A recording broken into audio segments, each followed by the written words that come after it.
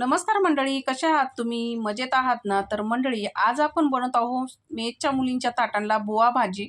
आता तुम्ही म्हणतात बुवा भाजी म्हणजे काय? तर आमच्या इकडे गावाला कोणी पाहुणा आला तर ते नॉनव्हेज खात नसेल तर त्यांच्यासाठी ही सोयाबीनची भाजी बनवली जाते सुकी. तर त्यालाच आम्ही बुवा भाजी म्हणता. आता तुमच्याकडे काय म्हणतात ते कमेंटमध्ये नक्की सांगा.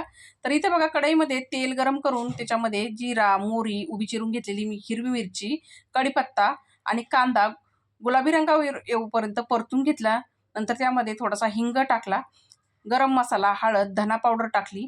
परतून घेऊन त्यामध्ये स्वच्छ धुवून घेतलेली सोयाबीन टाकली आणि व्यवस्थित परतून त्यामध्ये मीठ टाकून झाकण देऊन वाफळून घेतली सोयाबीन चांगली. आता इथं सोयाबीन आपली मस्त अशी शिजलेली आहे. व्यवस्थित परतून घ्यायची परत एकदा.